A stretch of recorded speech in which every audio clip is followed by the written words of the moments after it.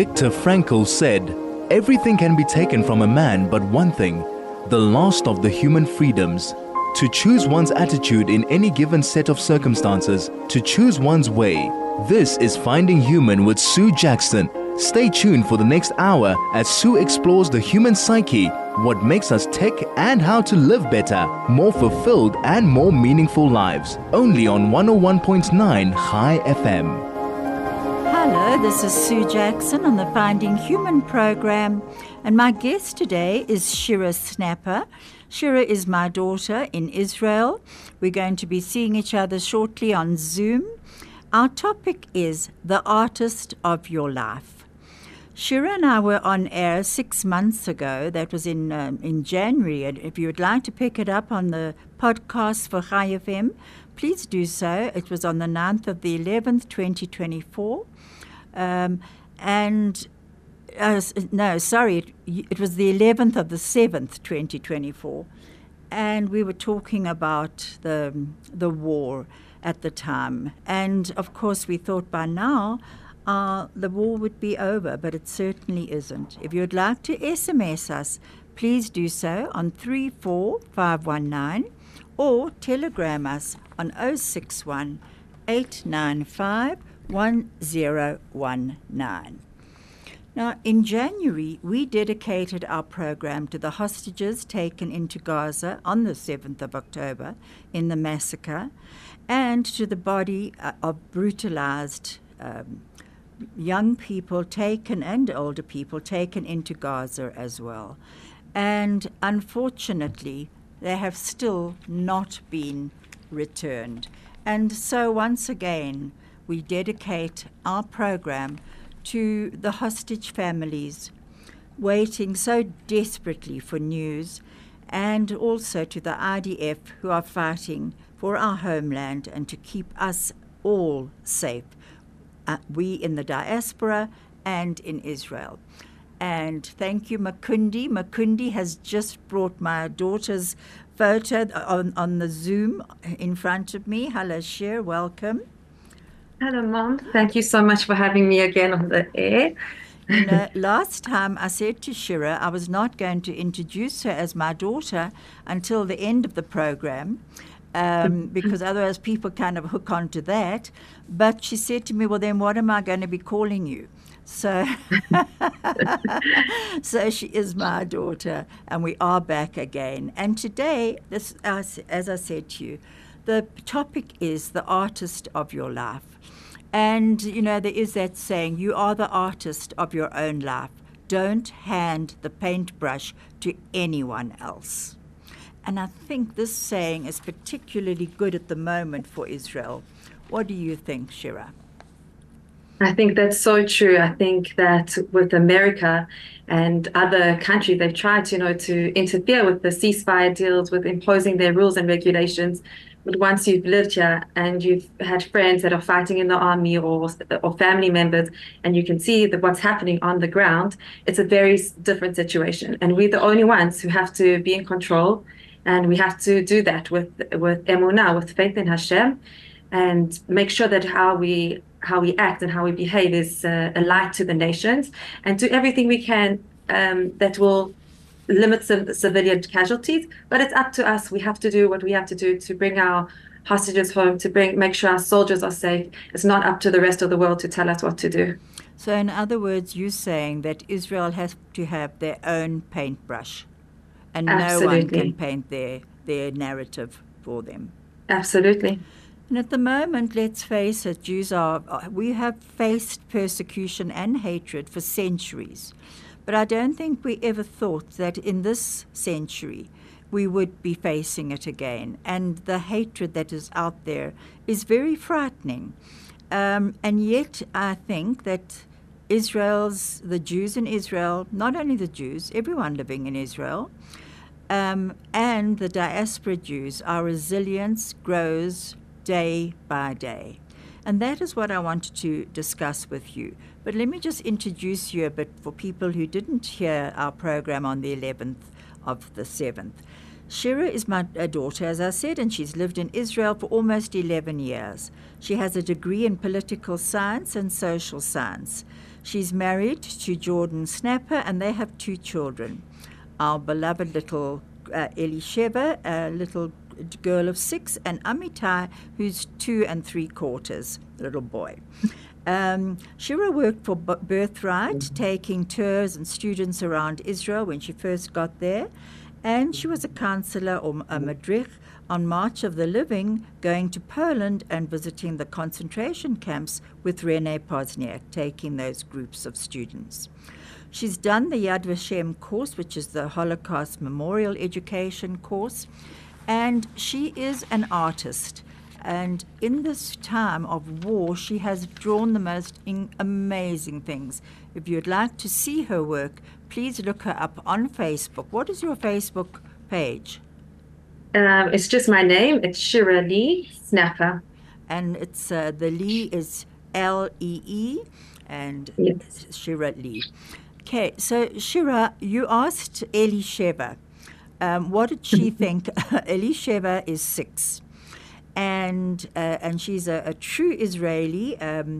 She thinks she is Golda Meir already, and I think she probably will be one day. But We call her our little army commander because she commands the whole nursery school. Now, what did she tell you about art? What did she tell you that she enjoys doing? Well, last night we were reading a story, and I like to read them stories with messages of how we can be better people. And it's the best opportunity when they're quiet and listening to teach them life lessons. It's also the part that we were reading was about looking at the world and seeing the beautiful colors and what we love doing and make sure to enjoy what we're doing. And she said to me that she loves to draw and to paint. And I said to her, well, what does it make you feel? And she said it helps her to relax. And then she said she wants to draw the kotel and she wants everybody from South Africa to be there with her. And so it went on to a whole long story, but it was very, very beautiful. She was particularly funny. Was it yesterday? I was at home, and Zama, my domestic worker, was with me, and Ellie absolutely adores Zama. So Zama and I were both on Zoom looking at Ellie. And she said she's very, very hot. So Zama said it was very cold here. And she said, well, in Israel, Zama, if you come to Israel in summer, you will be taking off not 10 jerseys. It won't feel like 10 jerseys. It will feel like 20 jerseys that you've got on that you'll have to take off. Well, Zama and I had such a good laugh at that, the thought of so many jerseys. That's what she was comparing the heat to. She's very right with that. But you have always encouraged Ellie to paint with you often. I encourage all of my children to paint with me because I find it so healing. I think it's healing for them. And often the results land up being more work for me because they land up painting their legs and painting the floor. But as much as I can, I try to actually encourage that they have the freedom of just expression and feeling the textures. I also try, and when we're walking around or if we're in the car, to stop and to look at the different flowers. So at the moment we have jacarandas. So I will tell them, you see, this is the jacaranda. We get it in South Africa, which they're very excited about. But we look at all different things, and I always make sure to tell them to say thank you to Hashem for all these beautiful things, so that they're more aware of their surroundings, and it really works. Yesterday, I got out of the car to let my little boy to take him to school, and I said, "Oh, what a beautiful breeze!" He said to me, "Mommy, say thank you, Hashem." Sweet, that's really lovely. Ellie also loves dancing, and when she's in South Africa, she dances with her Zayda, her grandfather. They dance to all the music that he loves, and she really enjoys that. And I think a lot of tension is released in that way. But we're often told about the Palestinian children being in trauma, and I must admit it breaks my heart when I think of those children and what they're going through. But what we don't hear is how our Israeli children are also suffering. And this was brought home very clearly to me when you were here over Pesach. Shira's oldest brother, Norman, said to Ellie, "Come outside." It was a Friday night. "Come outside, I want to show you the full moon." And she went outside with both her uncles and her grandfather, and they were looking at the full moon and the stars. And I have mentioned this before. All of a sudden, an aeroplane flew overhead, and the lights, of course, being nighttime, were flashing. Shira and a few of us were sitting inside, and all of a sudden, Ellie ran inside. She was as white as a sheet. She had these huge eyes, and she said, "Mommy, Mommy, Hamas is here, Hamas is here." And you said, "What do you mean?" She said, "Hamas has come to South Africa." And she burst into tears.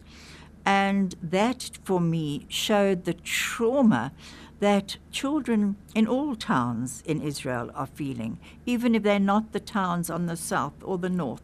They know that there is fear and around them, and that they have to be aware of it. And then the one day, I think one of the neighbors' cars sort of backfired, and Amitai dropped to the floor. And I don't know if that's what they're taught to do, sort of roll, fall onto the floor at school to be safe. But that's what he did, and it was only afterwards that I realized why he had done that. What do you think about the children in Israel and how they are coping at the moment? I think that they live with, in a one way, so much trauma and so much underlying stress, like all of us are living, also the adults. And also, I think it's probably worse for kids if they're not explained in their age appropriately what's going on, because then it's just so unknown and so scary for them. I think that's what's special with Israel, is that there is such resilience. So you'll go from being so afraid and crying to trying to, I'll try and distract them with it, which the whole country, that's how we taught, from Yom HaZikaron to Yom HaAtzmaut, that transition from, the Day of Remembrance to Day of Independence, the highs and the lows. So that's exactly what the kids are going through.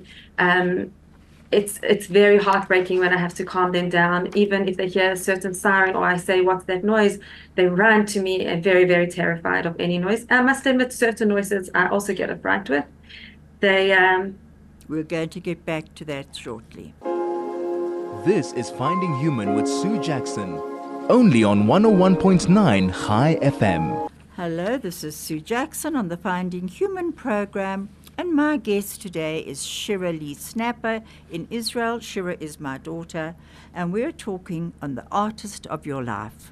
If you would like to contact us, please do so on 34519 and telegram us on 061 895 1019.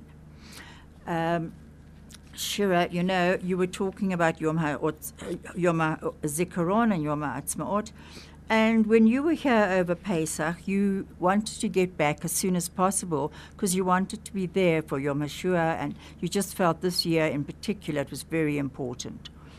Now, the one day you phoned, and once again you phoned because Elisheva, your little girl, my little grandchild of 6, was in floods of tears and just wanted to see my face and talk to me.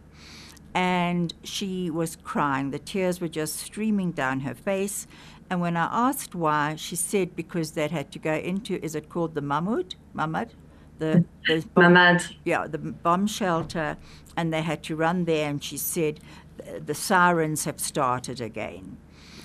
And she was so scared and so unhappy, and the next minute, probably about an hour later, I was left devastated about her, and so was Zama, I might add. The two of us were very, very tearful about seeing Ellie like that. And then the next minute, about half an hour later, you sent a video. Tell me about what that video was. So I was also, what I was saying before is that when we have been in the Mamad, what we try and do is I have these different pictures of a butterfly, and you practice breathing in and out. They trace their fingers along those things to help calm them down. So that's also something like, it's creative, so they can see colors and they're breathing. So when I called you, that day, she needed to see you, and you told me that if that's going to bring her comfort, to let her do that. And afterwards, it was like, Bomer. So I said to them, right, we're going to the park. And they were actually okay with that. I said, I think that the sirens are over, and if they're not, it's fine. We're going. And there were so many people there, which was so lovely. And they stopped the traffic. We managed to march to the big park in Ranana, and there was so much music and jumping castles and water and food, and it took their mind off it. And they were happy, and they, were resilience, the resilience. And what I think I sent you a message the other day, is that first you can learn resilience from your children, but when you teach your children resilience, it actually teaches you to have that same strength and resilience. It helps it helps bring it out in yourself as well. Very definitely it does. And I must admit that just seeing the difference, I think it was Chabad were running it, because they all had special T-shirts on, and we're just suddenly the bomb shelter was forgotten, and the sirens, for the time being, none of you knew if the sirens were going to be going off again, but you didn't hook into that. You hooked into the fun and the dancing and the laughter and the rides that were actually there. Now, and also the belief that things will be better, things will be okay again. Definitely. And the trust. What does your art do to you, for you? My art for me is firstly a passion. It brings me peace. It sort of makes me into a meditative state, which is incredible and very peaceful. It brings me a lot of healing, that I can express myself through my works of what's going on. I haven't been able to draw anything of the very, like the scenes from Be'eri or the kibbutzim that were affected, or any of the terrible images, because it's just too painful for me. But I decided that I want to heal through my art by showing positive aspects of the war, and about our future and the belief in our future, and also to bring home to people that these soldiers that are going in are young boys. They are full of life. They are so committed. They're not out to hurt people intentionally. Just to see a different side of all the darkness, that there's still some light in that darkness. And also to teach about Israel through the art. And you know what, on your Facebook page, all the different art that you've put on there is very beautiful. The one is called A Father's Touch, and you say what it's painting in. And this painting is of my very brave and beloved cousin with his baby girl. It depicts what the soldiers are fighting for, our right to live in our homeland, and the pain of leaving our loved ones to fight in a war of our survival, and the pain of those at home worrying. May Hashem keep all our soldiers safe. That was beautiful, and that was of your cousin holding his newborn baby, who he had hardly seen. And it was very, very moving. And I'll go through some of your other ones shortly. But I must admit, Shira, you never taught me how to paint, and you certainly didn't. You certainly didn't get that skill from me. We were once in. Were you there? We were in the bush. No. We were in the bush on holiday. And I think I mentioned this before. We were playing Pictionary, and before we started, there were a lot of my grandchildren were there. Before we started, they all got into different teams, and they were all fighting to have Safta, me, on their team.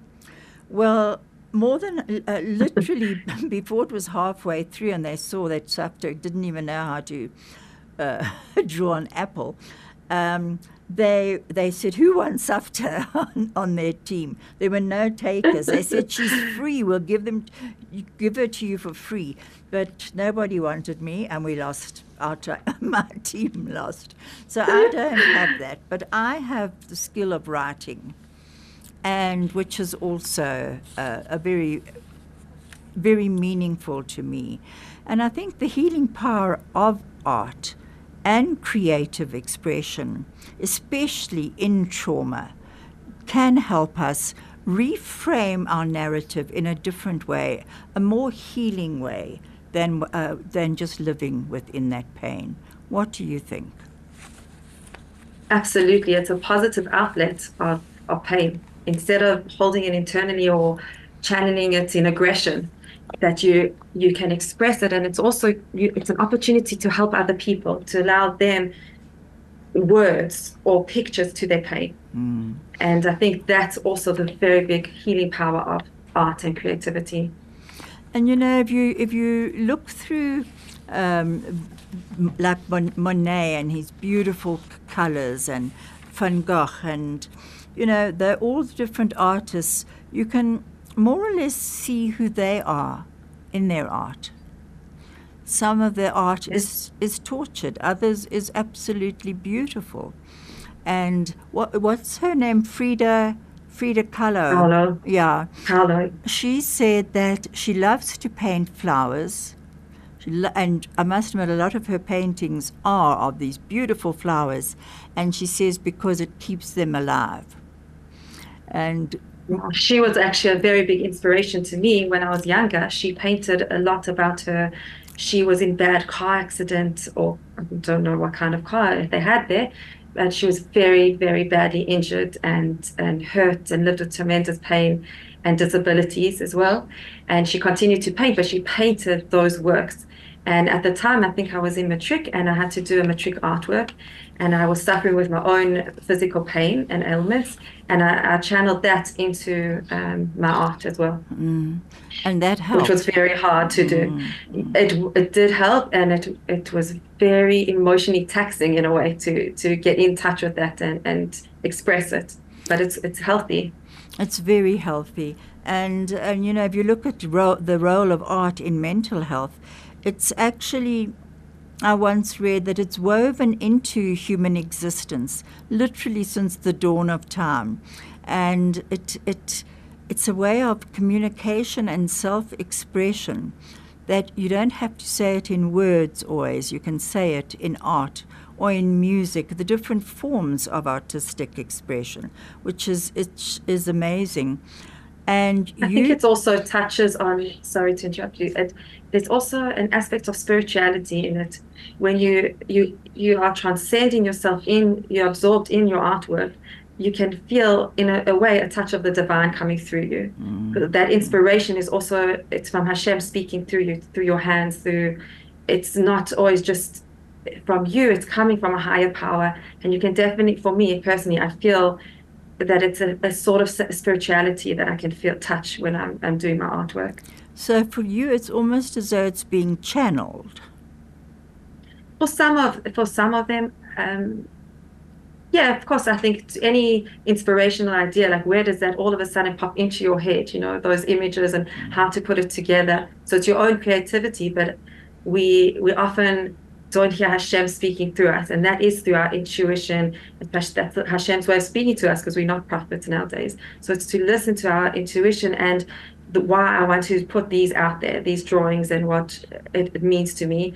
And I think that it clears your mind so that you can daven, you can pray, you can have a little bit more faith and a little bit more a clarity on the situation, especially a situation of war or mental health. I agree with you, and it comes, as you say, in so many different ways that sometimes a thought will come into your head, and for you'll want to put it down into art. For me, I need to immediately write it down so that I don't forget a particular word that has just come in. And writing and poetry are very personal, powerful tools of personal growth and healing. And I think that's the role of art. Tell me how you have seen art in others in Israel lately. So a friend of mine, a lovely girl who also lives in Ra'anana, she's originally from Austria. She is actually married to Yossi Silberhaft, which I'm sure a lot of people listening might know. And she has created a book she's a graphic designer, and she did little sketches, like digital sketches of what it's been like since, I think, day one, of this war. Her husband's been her husband's also been fighting in the war, has been on reserve duty, so far not active, but on reserve duty. So she's been alone with the kids, and she's explained all of these things that we're all feeling and coming from that perspective. And she's made a book out of all of these sketches, which people can also look her up. Her name is Efrat Silverhaft. You can find her on Instagram, I think, and purchase her book. And the proceeds, I think, are going to widows of army widows. So?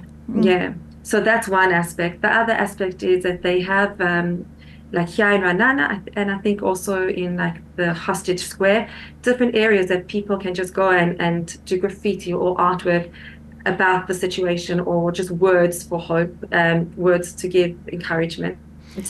The other ways, which I found very meaningful, especially down south, when I've gone to family, let's say in Ashkelon, or when I've been in Sderot, they paint their bomb shelters, the public bomb shelters, with beautiful pictures. Some say hope, some have a sunset that you feel like you're in Thailand, and some, if you walk inside, they'll say, if you're standing here, say Shema Yisrael. So they channel it in that way.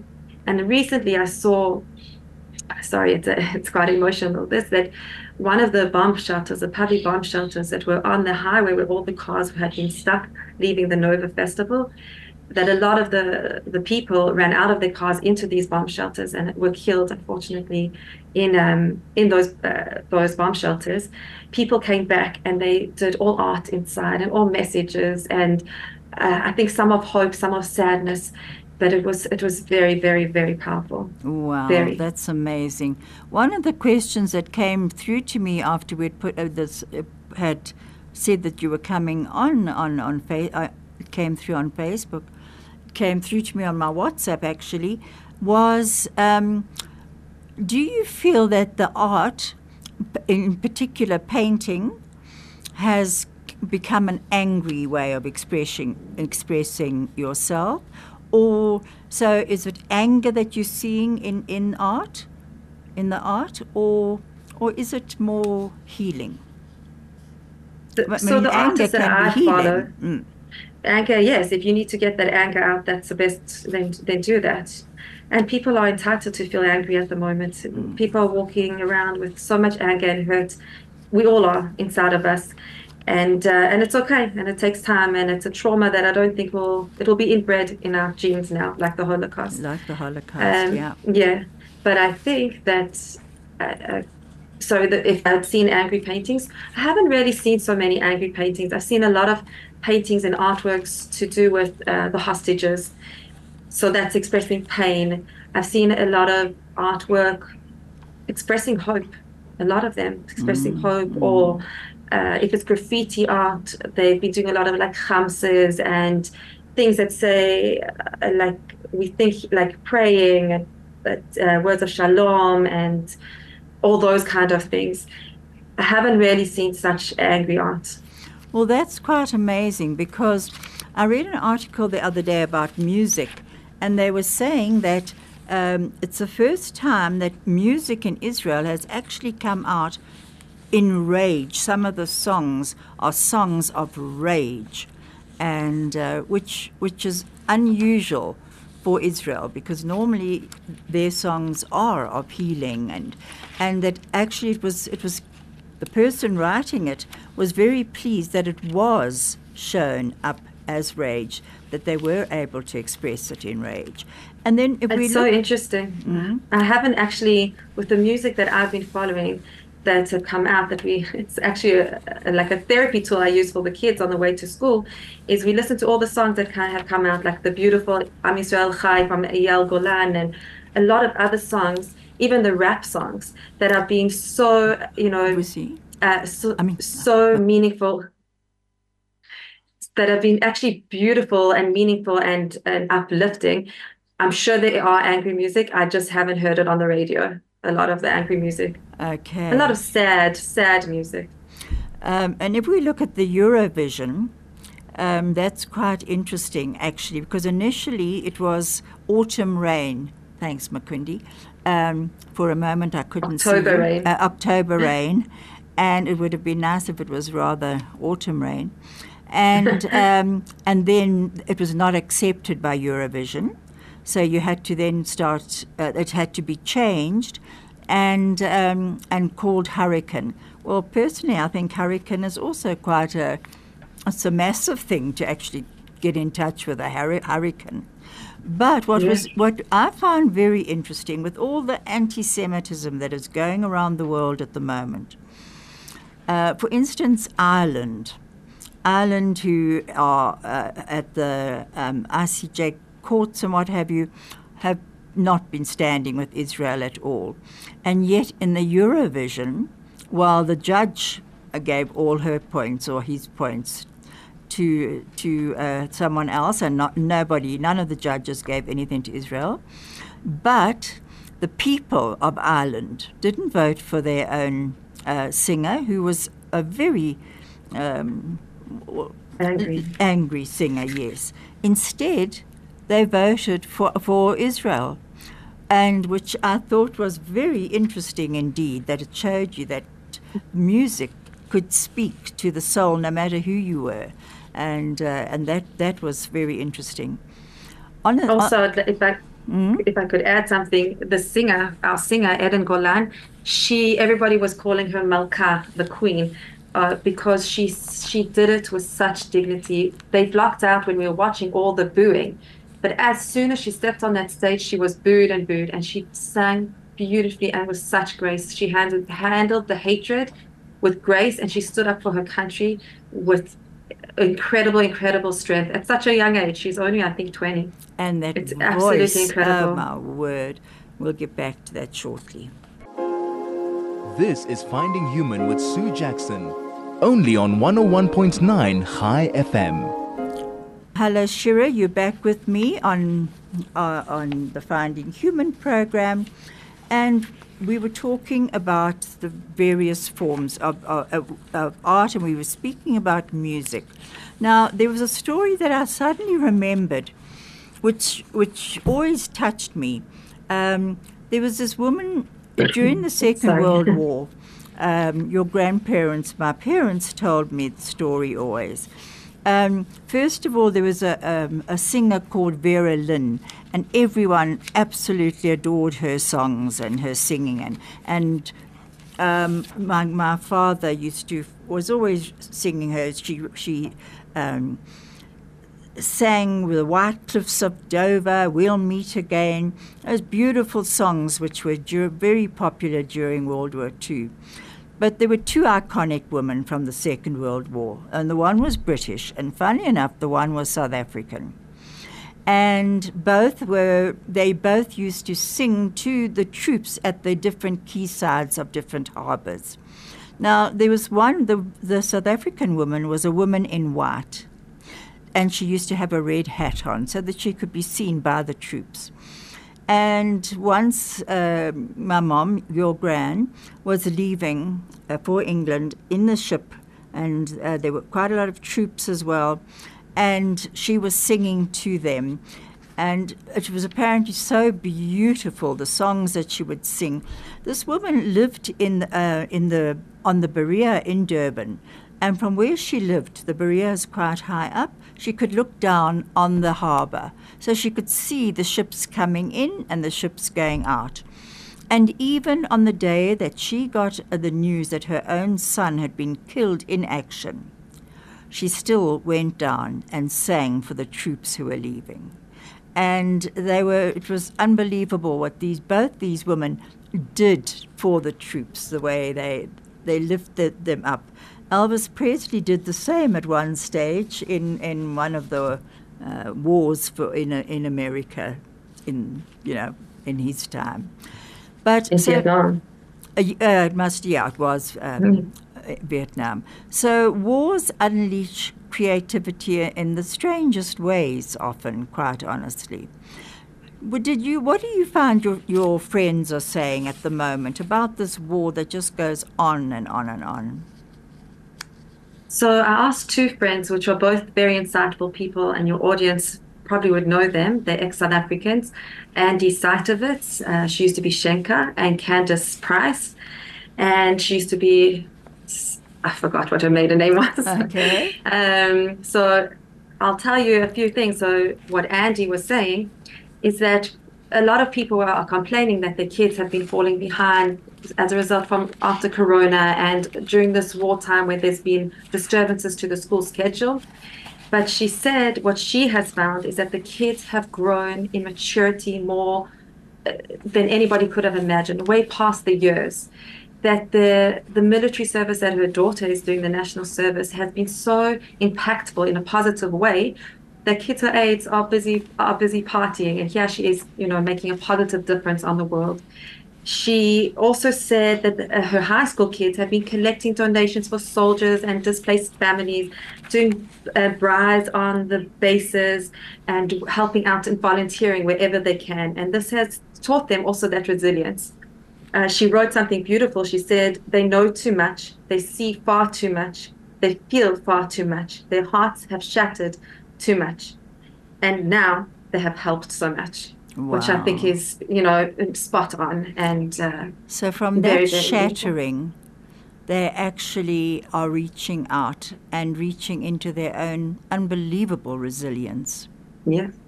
And helping out and helping others, which is beautiful. Mm. What a lesson to learn, to help others. Absolutely. And she said for her, how she copes is doing her work.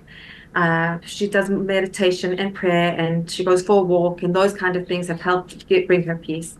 And Candace is actually a social worker who sees private clients, and she said the clientele is between 18 to 21-year-olds. And she also mentioned the unbelievable strength and perseverance that these kids have. She said that you see a lot of chutzpah, everybody complains about the chutzpah in Israel, but that's so actually explain what the chutzpah is for our listeners. Like the cheek, the not really taking no for an answer. Right. Everything your grandchildren do. So she said that we've been carried by these young men and women who serve in the army, and they have values and wisdom that far exceed their years. We can't grasp all that they have gone through, but through their chutzpah, which has started on the battlefield where you have to make split-second decisions, it's enabled them to be more direct and have actually more meaningful relationships because there's honesty there, which is, and it's also showing them how to be brave and no pretense, and all trivialities in life are not important to them. They know what's really important in this world. That's what we all should know, that money can come and go, and money is good and it can be used for good, but it's not it's not everything in life, and the brand names are not everything in life. So kids their age are wanting the latest brands and to wear all of these, cool clothes for their Instagram photos. These kids are just trying to survive, and they've lost a lot of loved ones. Mm-hmm. She also said that she spoke to another, Lisa Kramer, another South African psychotherapist, and she said that the opposite of helplessness during this time is action, and taking, meaningful action in helping out and volunteering, or in self-care, looking after yourself, your children, and any of those things. And I think in South Africa, we can really learn from that, all of us, that especially diaspora Jews in South Africa and elsewhere, that this time will pass, but how can we best work with it now? And it's not to close in on ourselves as a community, to say, okay, everyone's against us, we won't do anything. We are a community that reaches out to others, and that is our strength. And we have to keep doing that, no matter what we are feeling.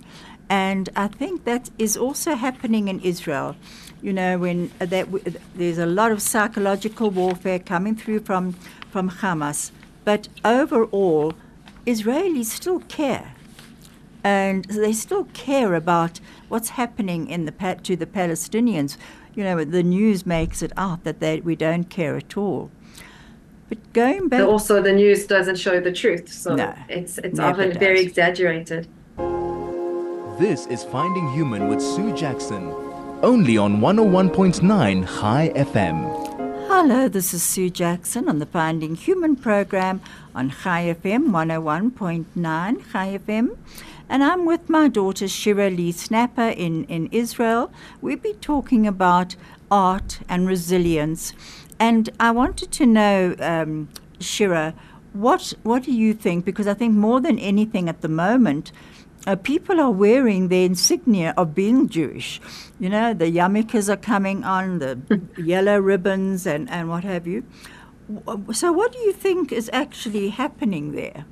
I think that finally people have seen that we can't just assimilate.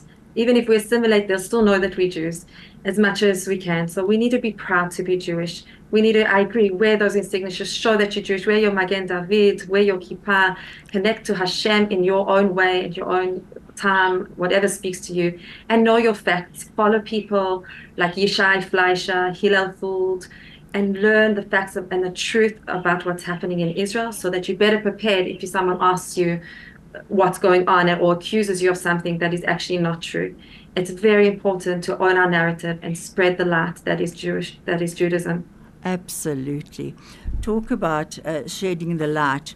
I think laughter needs to also come in. And I think that's Absolutely. something that Jews are very good at laughing at themselves. I mean, most of the really well-known comedians are Jewish. And Theodore Reik, I think you pronounce his name, it's R-E-I-K. He was a disciple of Sigmund Freud.